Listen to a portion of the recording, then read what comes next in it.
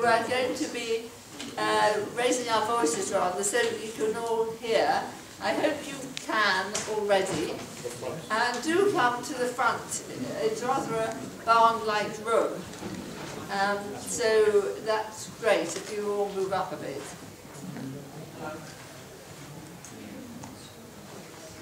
Right, now then, I'm going to start, before I introduce our very distinguished speakers, I hope you don't mind if I give you one little tiny record of my very tenuous connection to Lloyd George. The family have a postcard of a photograph of David Lloyd George wagging his finger in a great Welsh church disestablishment rally in Swansea Town Hall. I don't know which year it might be, but perhaps our speaker can tell us when it might be, but anyway. 1908. There, in the organ loft, is my grandfather. So, that is my connection. But we are very, very pleased to be able to welcome to this fringe meeting on the 150th anniversary year of Lloyd George's birth, the foremost historian about Lloyd George, who has written countless books. He's no stranger to in our midst, although he is a Labour peer and very active in the House of Lords. And let me tell you, whenever there's a question at question time about, with any kind of historical impact, as soon as Lord Morgan gets up to speak, all the others fall back and he has the floor, even though there are several on his benches who try to get in. So it's my great pleasure to welcome Professor Lord Morgan to talk about David Lloyd George's legacy for the country.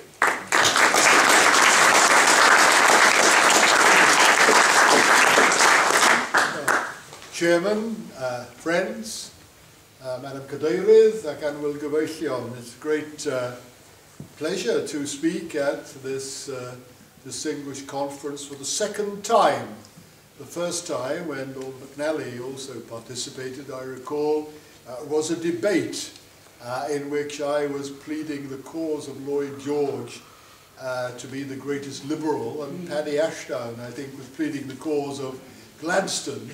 Well, this was in 2007, and of course Gladstone and Lloyd George have both been prime ministers. They were politicians, and therefore they came nowhere, and were defeated by John Stuart Mill, who had the merit of not being a politician, and a very pure intellectual. Well, I suppose now, with the Liberal Democrats in government, it is possible there might be a slightly more genial attitude towards people who are politicians and actually serve in government and try to run the country. Well, Lloyd George, it's 150th, just past, of his birth, which incidentally was, as you will know, not in Wales, but in Manchester, which enabled him on occasion to call himself a Lancashire lad, stretching the truth a little bit. I'd say a little bit to start with, I think, about the legacy in terms of what you might call the broad context, the political culture of our country. And I'd like to, before saying some rather more personal things about LG, and for the broader context, I think that what stands out are the three P's: Parliament, the Premiership, and Party. And on all of them, Lloyd George had a quite extraordinary impact. Parliament, he brought the force of the mass democracy into our party politics. He wasn't alone, there's Joseph Chamberlain before him, but I believe Lloyd George did so more powerfully and with more lasting effect than anyone else. He used the force of populism, notably in his famous speeches at Limehouse and at Newcastle in 1909. He used the media. He was a very media-conscious Prime Minister. And he triggered, of course, the famous conflict between the Commons and the Lords in 1909. He didn't intend that the Lords should throw out his budget, but if they did, he was prepared to face them down. And so he did, and indeed he urged his colleagues to do the same. One of the extraordinary features of Lloyd George as a cabinet minister, I don't know whether Lord McNally ever has this experience, he was urging his colleagues to spend as much as they possibly could. And the idea being that it would build up the case for land duties, for the increment duty on land, and therefore make a conflict with the Lords all the more inevitable. He indulged in democratic confrontation over the Parliament Bill in spite of protests from the King and Archbishop of Canterbury and various other right-wing figures of that particular calibre. Other final point, I guess worth, in the view of recent discussions we have had, noting what Lloyd George wanted. He was not actually in favour of an elected House of Lords. I hope that doesn't cause shock horror in this audience. He had particularly fears of an elected House of Lords with a Conservative majority. So his concern was with the composition of the House of Lords, and with regard to the powers of the House of Lords, they should be as feeble as possible so that the elected House would always prevail. The premiership, he can be regarded clearly as the first modern Prime Minister. He created so many of the institutions of the modern premiership. He created the Cabinet Office. He instituted for the first time special advisors, the famous Garden Suburb, which conducted its operations in temporary huts erected in the garden of number 10 Downing Street. He had a presidential style. He dominated his administration as no Prime Minister had done previously. He ran the government's foreign policy, pushing Lord Curzon aside to his very considerable pleasure. He conducted negotiations with the trade unions. Harold Wilson was famous for that, what was called beer and sandwiches at number 10. I don't think there was a great deal of beer in Lloyd George's discussions with the trade unions, but very much face-to-face discussions with them. He handled the PR very close, many people thought too close to the newspapers. He adopted, as I say, the presidential style, and some people thought there was too much of a presidential style. When the British cabinet met, not in London, not even in England, but in Inverness Town Hall in 1921 to accommodate Lloyd George's holiday in the Highlands, some people thought that was going too far. Another point about LG, being the first modern Prime Minister, he was the first one to write his memoirs, and indeed to make significant amounts of money as a result. So Tony Blair and others who have cashed in have Lloyd George as their predecessor. The other P, party. I need not tell this audience that Lloyd George divided his party in 1918. When he did so, in my opinion, what he did was actually to reflect what had been happening during the war, that there were pro and anti-government liberals, and it was very rough and ready, and there were a number of casualties in the process, but the result was, of course, the division of the Liberal Party with very serious consequences for that great party. He was never a party regular. His two great heroes in politics were Joseph Chamberlain, who divided the Liberal Party, formed the Liberal Unionists, and Teddy Roosevelt, who broke away from the Republicans and formed the Progressive Party. The result was the coalition, a different kind of politics, and one which has been much reflected on in the light of events here since the general election.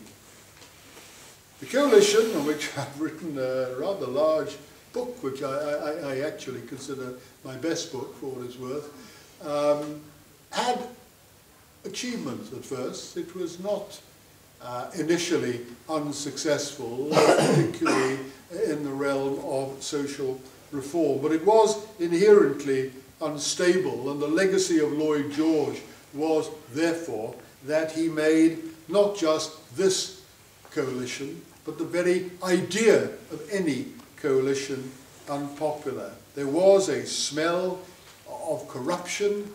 The sale of titles, which scandalized so many people, seemed to indicate that, and the kind of atmosphere famously caught in Arnold Bennett's book, Lord Raingo. It seemed to be a corrupt, conspiratorial administration with no real popular government. It had come into being in a sort of smoke-filled room atmosphere in 1916. So the coalition had very profound effects. It saw the Liberal Party split into two. As I say, the very idea of coalition downgraded, discredited. This was the legacy of a coalition. He undermined the Liberal Party, but also, I have to say, Madam Chairman, he made the Labour Party. The Labour Party emerged from this experience as the party, the dominant party of the left. Famous speech by Bernard Shaw, his best ever political speech in 1918 at the Labour Party conference, when he told his party, "Go back to Lloyd George and say nothing doing." And that was very good advice for the Labour Party. Well, these are rather general reflections, and I don't want to take too long, on what seems to me the changes in our broad culture that Lloyd George particularly helped to create. There was, of course, a much more personal legacy as well, and I will, in the remainder of my time, just enumerate a number of areas where it does seem to me that his impact was very direct and very powerful and long-lasting right down to the present time. I begin with Wales, of course. Wales, he helped to make a political reality. He wasn't alone. He had others equally influential, like Tom Ellis and others. He was a man of disestablishment. He disestablished the church. He disestablished the gentry. He made Wales a more democratic nation. He also made it a nation increasingly confident of its own capacity. And the organisation that Lloyd George formed, which disintegrated in the 1890s, Cymru Fydd, roughly Young Wales, the Wales of the future, Wales that is to be, this clearly anticipated devolution. And no longer, I believe, after the career of Lloyd George, could it be said, as was notoriously said in one edition of the Encyclopaedia Britannica, "For Wales, see England." Secondly, of course, he created the welfare state. No other politician can claim that great title, the great contribution of our country to world civilization, in my opinion. He laid the basis of it with his budget of 1909, and to a lesser extent, actually, the budget that fell awry in procedural terms, the budget of 1914. He set a pattern that chancellors until recent times have followed, using a redistributive progressive budget as the platform for financing welfare. His budget of 1909 very much orientated towards social welfare, towards creating employment, to assisting children, the first children's allowances in that budget. And it was a radical budget, and very importantly at the time, it was a free trade budget. You got it by taxation. The Unionists said the foreigner will pay. Lloyd George's answer was the rich will pay, and there were plenty of them, and important principles were begun. It was followed by his National Insurance Act of 1911, very much the basis of welfare, subsequently drawn on by Beveridge in his report during the Second World War. It was an extraordinary achievement of Lloyd George. He didn't have a great deal of help from others in the cabinet, many of them like Lulu Harcourt and McKenna and Runciman were dead losses really on financial welfare, but Asquith himself, very, very loyal. And if ever they showed themselves to be a terrific combination, Asquith and Lloyd George did so then. Well, the idea of it was to create a comprehensive system of universal benefits, to create, if you like, a new idea of citizenship, social citizenship, and very much, I believe, Lloyd George's own achievements. It's just worth saying on this, he worked with some pretty powerful people. Lloyd George is sometimes thought of as pursuing the low road in politics. So he did. He was very, very shrewd, often ruthless and unscrupulous, but the people he worked with, Masterman, Beveridge, Rowntree, later on Herbert Fisher, later on people, of course, like Keynes and Hubert Henderson. Many of the great minds of our public life were intimates of Lloyd George. Lloyd George's concern with social reform didn't end with the period before 1914. As I briefly mentioned earlier, the coalition of 1918 also began with a quite strong social program. I just mentioned too, public housing policy, subsidized housing began with Lloyd George and his minister, Christopher Addison. Why do I mention Addison? Because I wrote a book about it. But Addison did begin this important policy, and also unemployment insurance was broadened out, and in view of the horrors that would have followed, thank heavens that it was. So, very considerable legacy indeed in terms of social reform. Ironically, one legacy that all the fuss was about never actually happened: the land duties. It was all about the land, and the land duties were a failure, and it was an ironic circumstance in 1920 when Lloyd George was Prime Minister that his increment and other duties in 1909 were formally abolished. But that apart, I think welfare clearly. First World War, not in a way for me my favourite period, the jingoism, the militarism. I do hope features that will not be reproduced in the commemoration that the Prime Minister has asked for. But in the First World War, Lloyd George, obviously an extraordinary leader, and it's worth comparing him with Churchill. I mean, Churchill, also an astonishing war leader, but he had a very much stronger position than Lloyd George.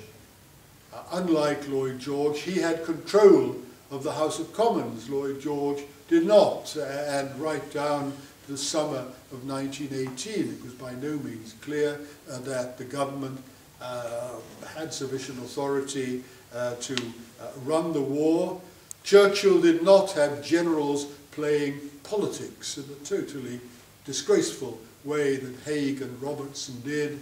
conniving with the courts, conniving with the newspapers, and Lloyd George triumphed over that. Other effects, I mean the effects of the First World War on our society are so numerous. States became enormously more powerful in the social sphere, the economic sphere, and the cultural sphere indeed, and that, for good or ill perhaps, is very much part of Lloyd George's legacy.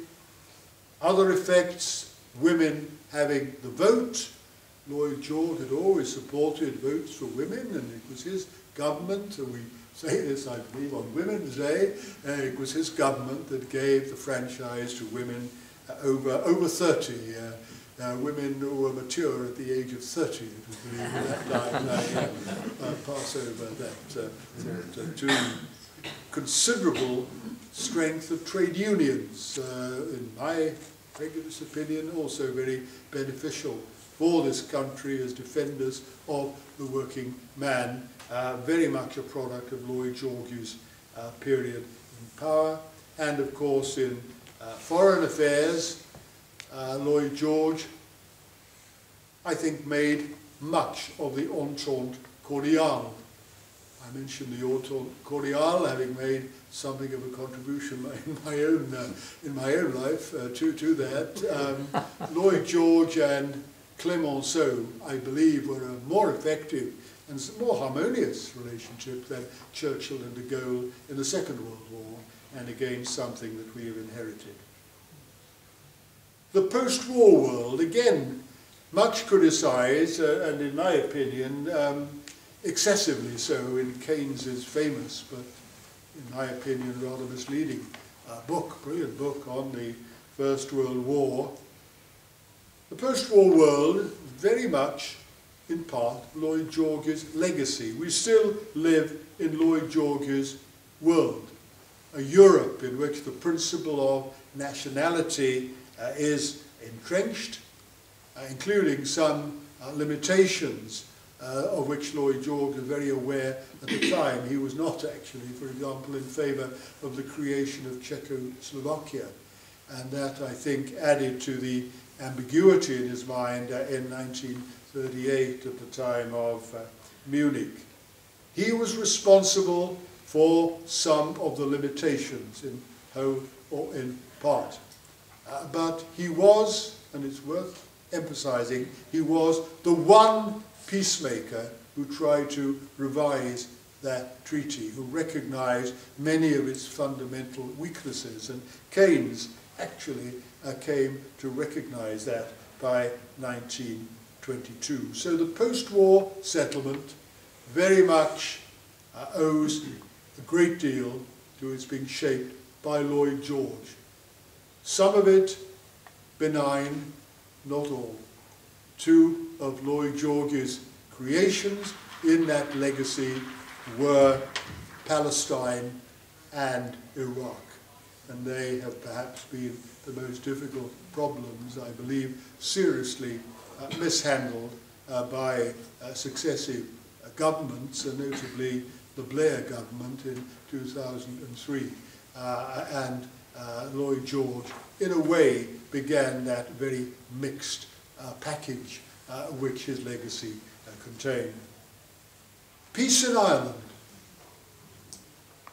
Funny settlement, partition, but Lloyd George always had a very special insight into Ireland. He seems to me, of all the politicians of the time, the one who had some sense of what it meant to be under the heel of the imperialist English, but also having a sense, perhaps as a nonconformist, of the particular outlook of the Protestants of Ulster. He was responsible for a very, very dark phase in British handling of Ireland, the Troubles, 1919, 1920, the Black and Tans, a very, very shameful period in our history. But unlike Tony Blair, Lloyd George had a reverse gear. He changed his policy. On the basis of partition, he created a settlement which had lasted, despite all its well-known inadequacies and horrors, and one of them occurred, I'm well aware, down the seafront here at the Grand Hotel. He created a settlement that lasted. I think you could reasonably say that where Pitt and Peel, Gladstone and Asquith had failed, that Lloyd George succeeded. And it has been a major legacy for these islands in all sorts of ways. I mean, one party legacy is that the Irish vote went later after that. In Glasgow, for example, the Irish, excuse me, the Irish Catholic vote, and that was a result of this great change. In the interwar years, as Lord McNally explained in the debate we had a few years ago, Lloyd George was the main political instrument of Keynesian economics. In fact, he anticipated Keynes. He was saying many of the things in liberal summer schools around 1924-25 that Keynes was saying later. The need to combat depression by promoting growth, promoting investment, promoting employment. Lloyd George, in a rather populist way, gave voice to the idea of the multiplier before it appeared in Keynes's economic treatises. He wasn't paralyzed by the prospect of debt. He didn't feel that that should immobilize a government, and he argued against defeatism. Hence his working with Keynes, who wrote, as you will know, two famous documents, the Orange Book, We Can Conquer Unemployment, and another remarkable pamphlet, Can Lloyd George Do It?, when Keynes campaigned for the Liberal Party in 1929. A very sour ending. It's a curious relationship, really. I mean, Keynes, in the end, published the essay on Lloyd George, which he had cut out of the Economic Consequences book in 1920, and it's very harsh, and he says things which, in my opinion, are not correct about Lloyd George being rooted in nothing, and so on. But it still is a remarkable partnership, and I believe Lloyd George deserves credit for being the first politician who saw the reality of it. Finally, Appeasement, he was all over the place. I think he had a variety of instincts for revulsion against the settlement in 1919. Also, perhaps a kind of dormant patriotism which enabled him in the end to challenge Chamberlain. This period included what easily the most awful passage in Lloyd George's career, when he visited Hitler in Berchtesgaden and made some terrible statements, in my view, about Hitler's role and what he could contribute to the world and to world peace. In the end, Lloyd George does change. He becomes, at the very end, a powerful and brilliant critic of appeasement, and his last achievement really was to assist in getting Churchill into power to lead the nation in 1940. I conclude by comparing Lloyd George and Churchill. Both depend on their war leadership to a considerable degree for their reputations, but they are different. Churchill, his leadership in 1940, transcendent, but more generally, in my opinion, he fought to defend an outmoded class system at home and a decaying and out-of-date imperial system abroad. The cult of Churchill, which enthuses people in this country, is a nostalgic cult, a cult of looking backwards to an era of greatness when the country counted, and which it does now much less effectively. Lloyd George, in my view, wasn't like that. As with his statue in Parliament Square, he pointed the way forward. It's a dynamic statue for a dynamic man. He was a critic of the class system, a critic of the establishment, a critic of the conventional wisdom in peace and in war, but a constructive criticism, a critic who changed his world.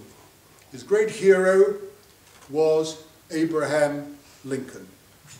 And what Lloyd George himself said of Lincoln in 1920, when he unveiled that statue in Parliament Square, just across from the Houses of Parliament, I believe applies to Lincoln himself. That he lost his nationality in death, and that truly he belongs to the ages.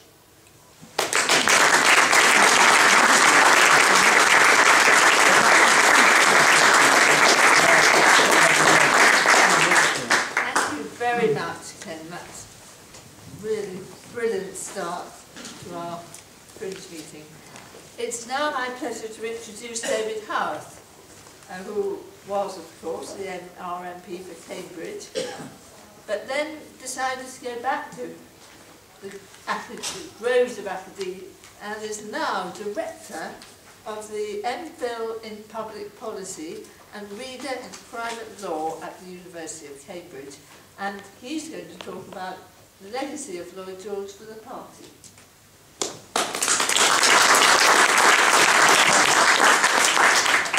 Yes, thank you, Celia. I can't possibly match Ken's depth of knowledge and erudition on the subject of Lloyd George, or indeed history in general. These are remarks of a retired politician and a not retired social scientist, and therefore all history students should now leave. But as Celia said, what I want to do is talk about the legacy of Lloyd George, perhaps more accurately, the lessons of Lloyd George's career for the party. And it's a rather more negative judgment than the one that Ken was able to make about Lloyd George's career in general, his impact on society and on history. One place to start, though, is with one aspect of Lloyd George's character, which makes this entire exercise that we're engaged in somewhat problematical. Lord Riddle, one of the great diarists of the early 20th century, once observed of Lloyd George the following. He said, "He's the only person I know who is not obsessed with ghosts. And there are so many people who get obsessed with the ghosts of John Stuart Mill and Adam Smith." And as Ken said, Lloyd George looked forward, not back. And there's a kind of paradox here of worrying so much about the ghost of someone who was himself against worrying about ghosts. But I thought the place to begin with describing the impact of Lloyd George on the party is to try to look for a parallel in more recent history. The parallel of the impact of Lloyd George on the political system and on his own party. And in fact, Ken's already mentioned, I think, the main parallel already, and that parallel is Tony Blair. That there are extraordinary parallels between their characters and their impacts on the political system. They are both enormously disruptive figures in their party's histories. They are both enormously dynamic, or kinetic, I suppose is the better word, moving all the time, eye-catching initiatives here, there and everywhere, tactical manoeuvres of dazzling rapidity, and not always the highest standards of honesty. They are both, in their very different ways, brilliant orators. Blair doesn't get credit for his style of oratory. People make fun of it, the abolition of the verb. Nevertheless, it was enormously effective. But also, as Ken said, Lloyd George and Blair both were able to come to terms with the modern media of their time. There was something else. Both Blair and Lloyd George were obsessed with big business and admired businessmen. The Blair case, we all know what the examples are, but Lloyd George was equally impressed. I think he once said that Leverhulme was worth 10,000 sea captains. And bringing men like Geddes into the government was actually, I think, a sign of his excessive admiration for the dynamism of big business. They also had, I think, a similar attitude towards what later became known as big tent politics. The idea that one person could rise above party to be a bigger figure than anybody in their party or any other party, and to reconstruct politics around themselves. And I suppose above all, both were utterly uninterested in history. And it's the biggest of all the parallels between them, and I think has big consequences for what they did. Ken mentioned Keynes, and there's a parallel here again with Blair. Blair was also fond of bringing in new ideas and new theorists, using them for a while, and then falling out with them. The most obvious example, important example for me as a Cambridge academic, is what happened to Tony Giddens. Taken up, used a third way, lots of theory, then after a few years entirely dropped, forgotten about it. Made it appear. Yes. And so those parallels, I think, just give you a glimpse of how divisive a figure Lloyd George was in our party, in the same way that Blair was utterly divisive inside Labour. The big difference, though, between Blair and Lloyd George was that Blair did not split his party. There were some people who faded away, some people who weren't particularly active, who were annoyed, but Blair didn't succeed in reconstructing British politics. He nearly succeeded in 1997, won the election by too many seats. That also happened to Lloyd George in 1918, when he also won an election by too many seats. But the effect was the opposite. The effect, as Ken said, was the division of the Liberal Party in a rather serious way. And I just want to spend a few minutes, my remaining minutes, talking about the 1918 election and its consequences. I should say that, unlike most people who think about this, I'm not one of those who thinks that 1918 to 22 was the end of liberal England. Now, I think the main mistakes, or more important mistakes, were made in the 30s. The party almost killed itself off in the period between 1931 and 1935, when it managed to split three ways, once, but later 4 ways, which is difficult to do, in a parliamentary vote. 2 reasons for abstaining.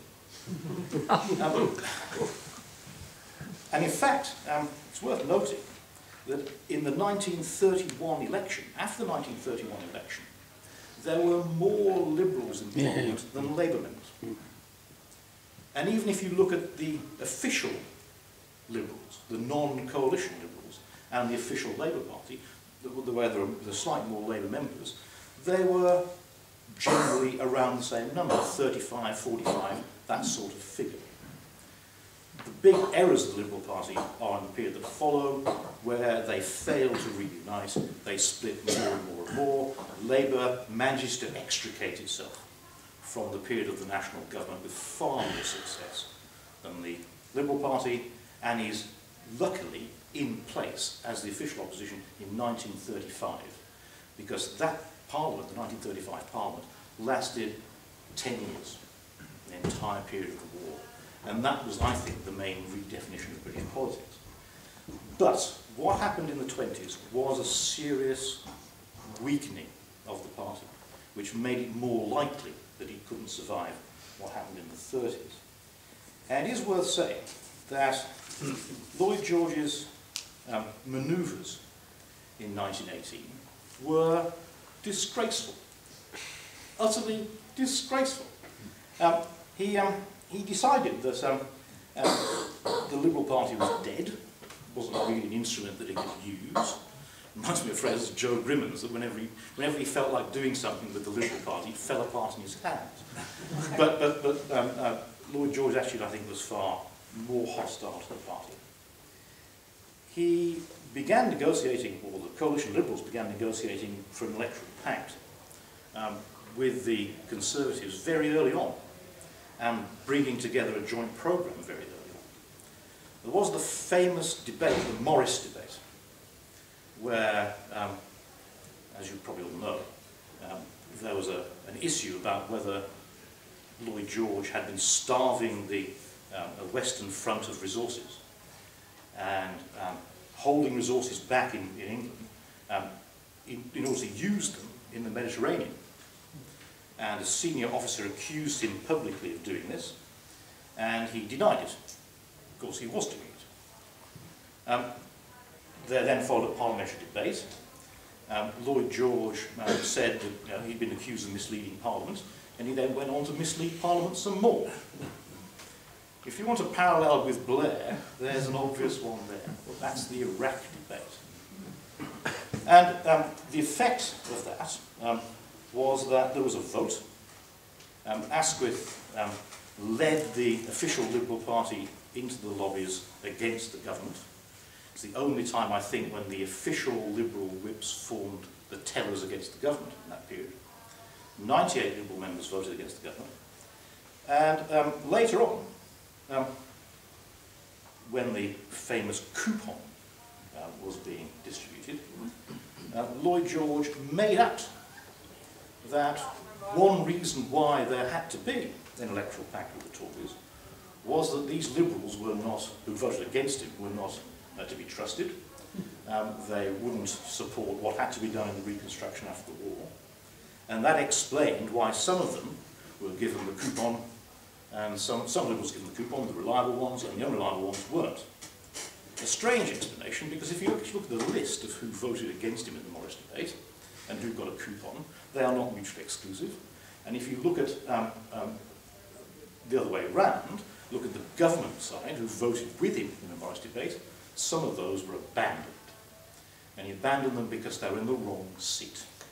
They weren't in the electoral pact that the Tory whips would agree to. That left a very bad taste. Even worse was the speech of November 12th, 1918, where, day after the armistice, Lloyd George invites all the Liberal MPs into number 10, makes an extraordinary speech, saying that basically he'll be Liberal till he dies, Liberal to his fingertips. No, he didn't use that phrase, but that he might have done.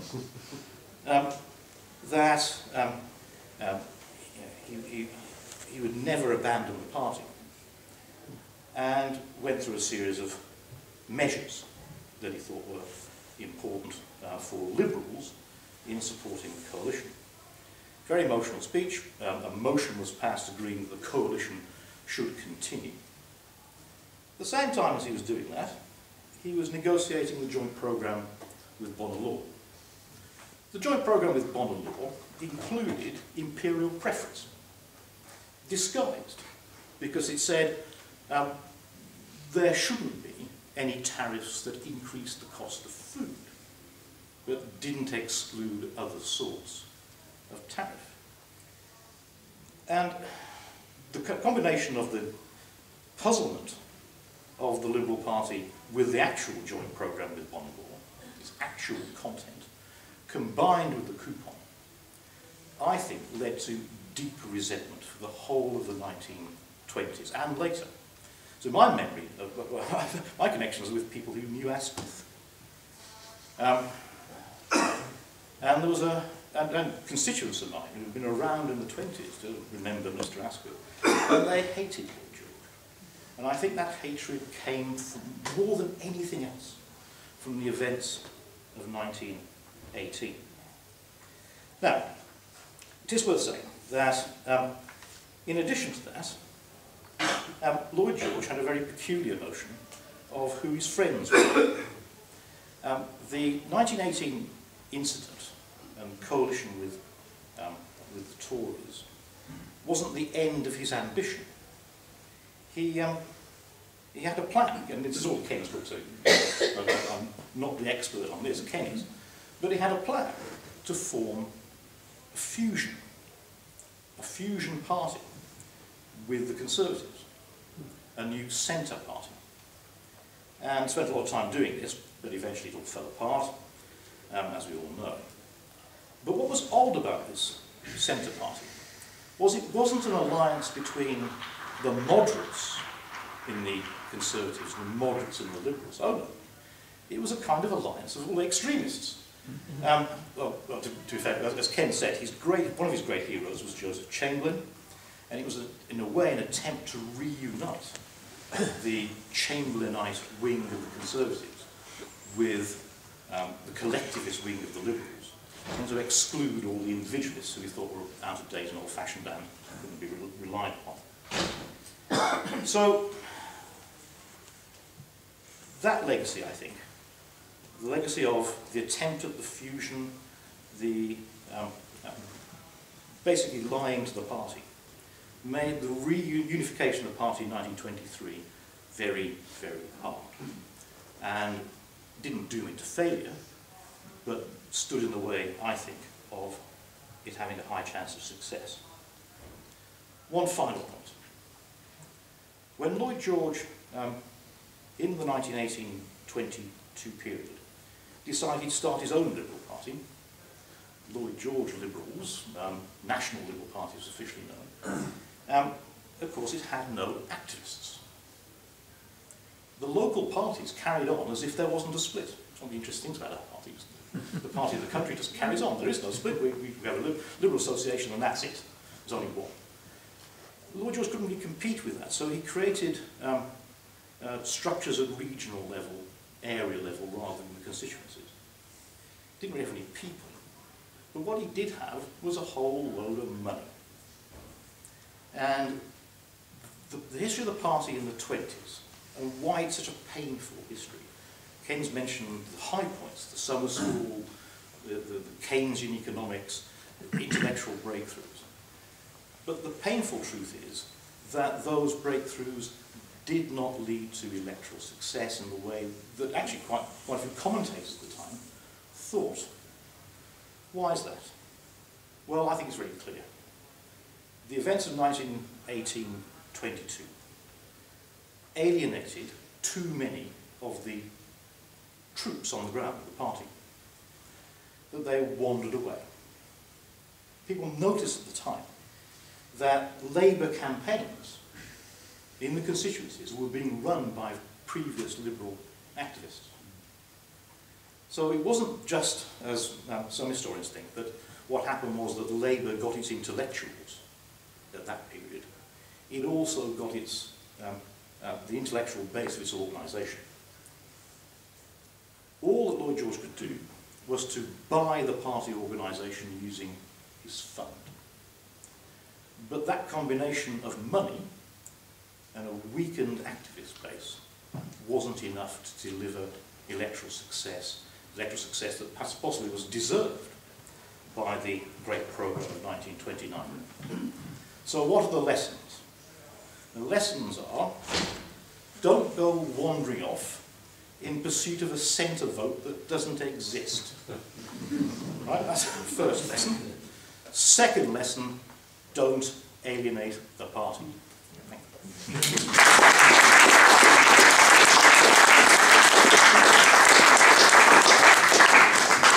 you very much, David. We're now going to have a very short commercial break, and before we have a few questions, not many, I think, won't have time, but I think I call first on Duncan, who is going to say something about the history. Thanks very much, Celia. Well, as you probably know, this meeting is organised jointly by the Lib Dem History Group and the Lloyd George Society. So Graham will tell you about the Lloyd George Society in a minute. I just want to tell you about the Lib Dem History Group and what we're planning next. As you probably know, we were set up when the party was founded to promote the discussion and research of topics on the history of the Liberal Democrats and its predecessor parties, the Liberal Party and the SDP. And we do this in four main ways. And the first way is to publish the Journal of Liberal History, of which this is the latest issue. And indeed, this is the issue which our speakers have been talking about, effectively. It is a special issue devoted to the legacy of Lloyd George on his 150th birthday. If you're a subscriber, obviously you will have had this already. If you're not, then we have copies for sale, either here at the meeting or from our exhibition stand in the exhibition. I think it is probably, it's certainly, I think, about the longest issue we've ever produced. I think probably it is one of the best. Ken was the guest editor for it. For example, I received several sort of congratulatory emails afterwards, including one from Michael Meadowcroft, who said, oh, he thought just another lot of pieces about Lloyd George, but then he read it and realised actually these are new and interesting and not kind of what he expected. So that's quite nice. This is a quarterly, so our next issue will be out in April, and then 3 more issues through the year. Second thing we do is issue a series of books, reference books on liberal history and booklets. You can see these on our exhibition stand.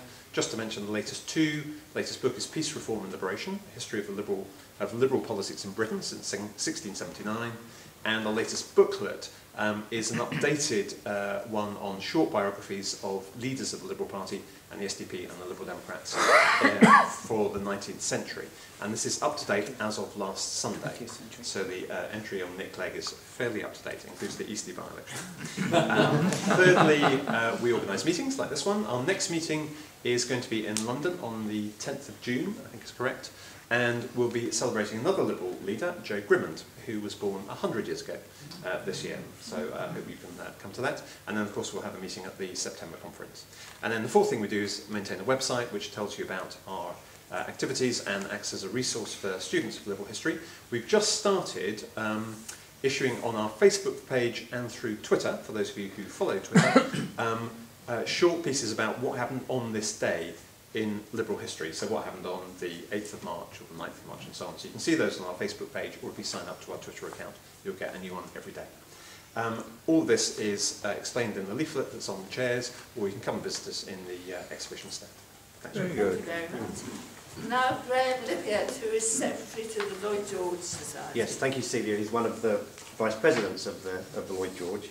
I just wanted to say a few words about the Lloyd George Society because despite its name, despite the subject matter of this evening's meeting, we are not to borrow phraseology of our speakers, a nostalgia cult for Lloyd George or interested in the ghost of Lloyd George. We have a wider remit than that. We exist to promote interest in and discussion of current affairs, domestic and international, historical issues, of course, questions affecting Welsh life, society, politics and culture, all from a liberal perspective. And we say that because while we're not affiliated to the Liberal Democrats, we are the successor organisation to the Welsh Liberal Weekend Schools, which was founded in the 1950s by Emlyn Hewson, Winston Roddick, Martin Thomas and others.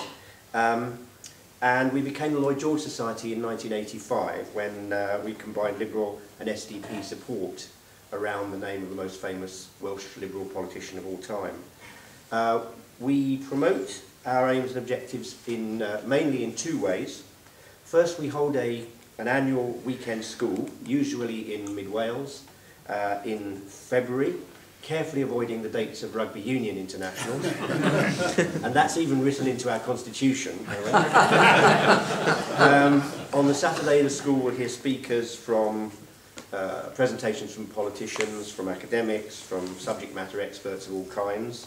And then on the Sunday morning, we usually have a debate on a topical question and a panel with parliamentarians, a question and answer panel. We have a dinner on the Saturday night with a guest speaker, and it's all very relaxed and all great fun. And we hope to be very welcoming to anybody who is new to it. The other thing we do, of course, we too have a website which you can access and find out about the society. You can find out about the schools, texts of previous presentations, look back at some of the other things which we have done and which we would like to do. It's www.lloydgeorgesociety.org.uk or simply Google Lloyd George Society and you'll go straight there.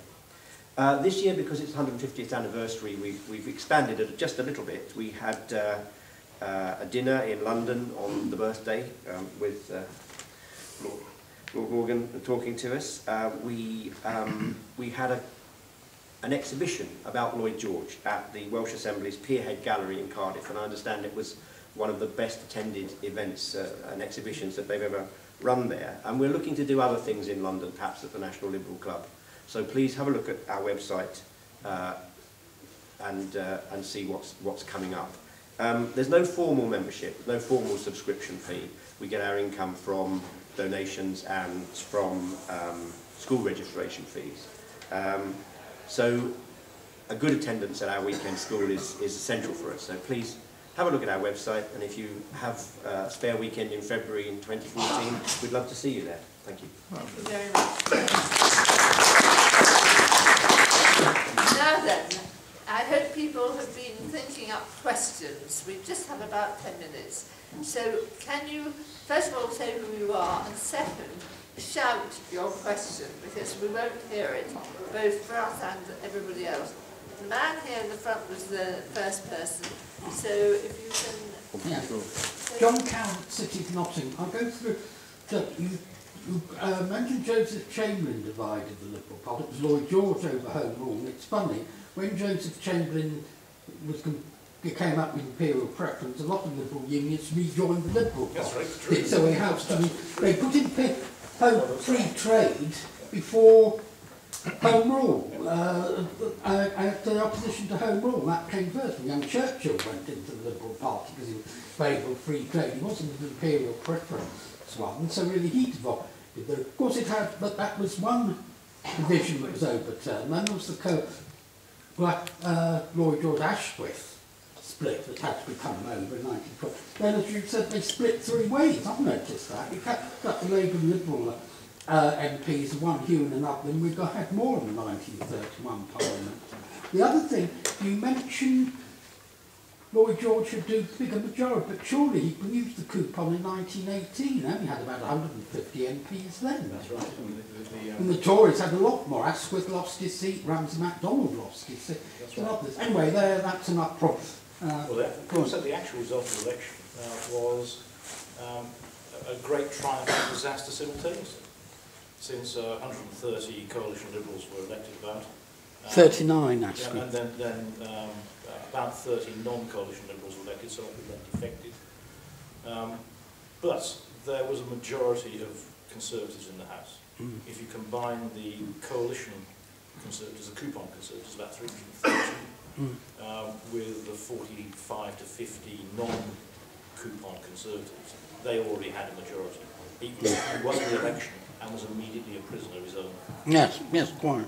I think what you have to, I guess say one thing, I think what you have to remember about the First World War politics is that the Liberal Party, for conscientious and other reasons, was in long-term disarray. Yes. And the way in which, as David says quite rightly, the way in which the coupon was allocated and so on was pretty rough and ready.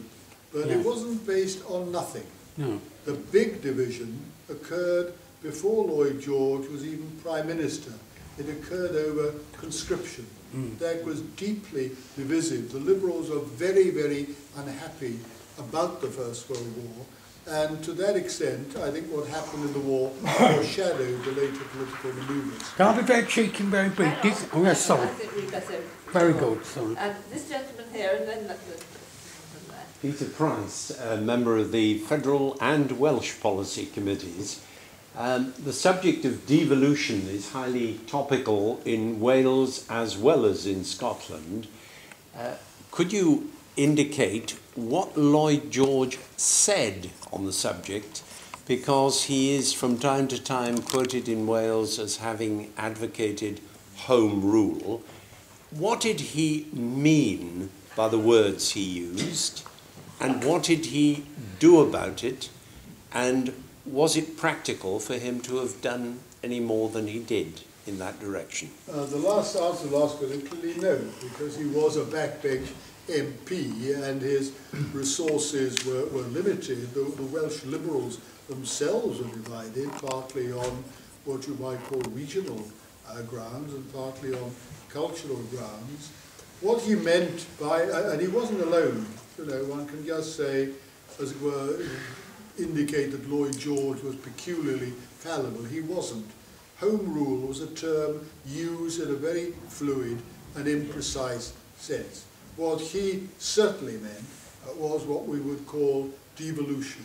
Not only devolution, I may say, for Wales, but devolution for countries of the empire. His idea of how one should respond to the war in South Africa was that South Africa should have a form of home rule, which indeed it shortly did after the war. No, he meant a devolution. I mean, he certainly wasn't a man. It was inconceivable anyway that Wales would break away from the imperial parliament.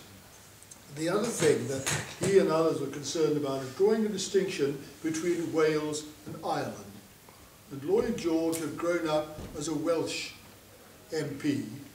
He wasn't an Irish MP, and therefore there wasn't that inevitable push towards separatism that there would have been. It was some way of trying to emphasise the distinctiveness of Wales, but within the imperial framework, and hence, and that actually is the view of most Welsh people, the church, the land, temperance, education, very much, and Lloyd George was, I think, a part of that. Final point about Lloyd George, I cannot refrain from mentioning, is that he was a Welsh speaker, and a great deal, which I am, and a great deal of the impetus of Welsh individuality and identity has come from Welsh speakers. We punch above our weight, and we continue to do so. Gentlemen, I'm Ian Nightwart from Lewis, where I know somebody whose father knows Lloyd George.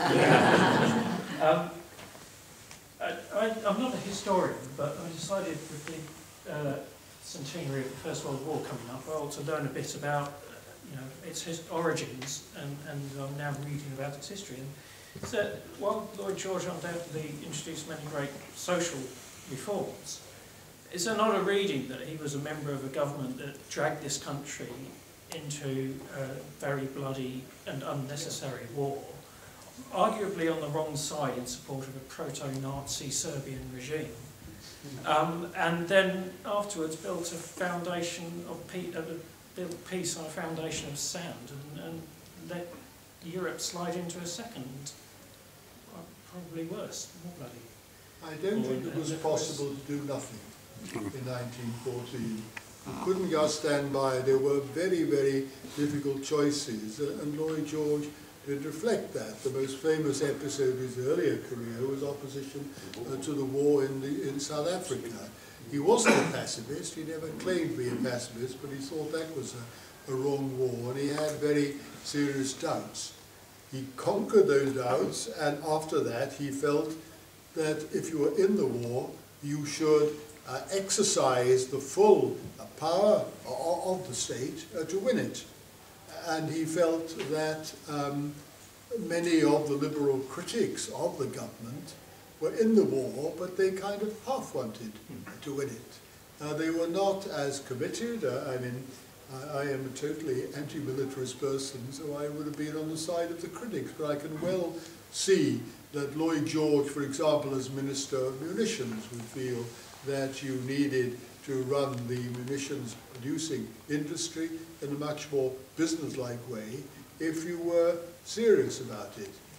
The only other thing I would say, you see, about the war, and there are these disagreeable political manoeuvres, which he was by no means alone in being involved with, I may say. I just say, if I may, on the Maurice debate, that was a shattering mistake by Asquith.